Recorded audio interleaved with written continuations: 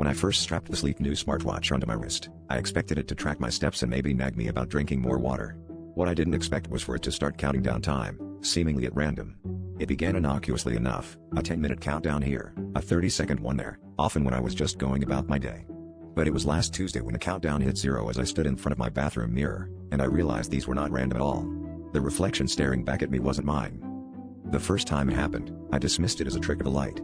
But as the days passed, the countdown intervals began to grow more frequent, more insistent.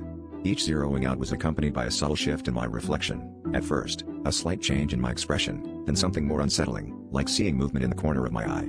I told myself it was stress. After all, who hasn't been spooked by their reflection at night? But one evening, as the clock ticked down during dinner, I felt a chill run down my spine. My reflection turned its head, looking directly at me with a knowing smile that wasn't mine. Compelled by a morbid curiosity, I started documenting the intervals, trying to find a pattern, a way to anticipate what was coming. But the more I tried to understand, the more erratic the countdowns became, as if my watch was taunting me, leading me to the edge of sanity. Last night, the countdown began just as I was brushing my teeth.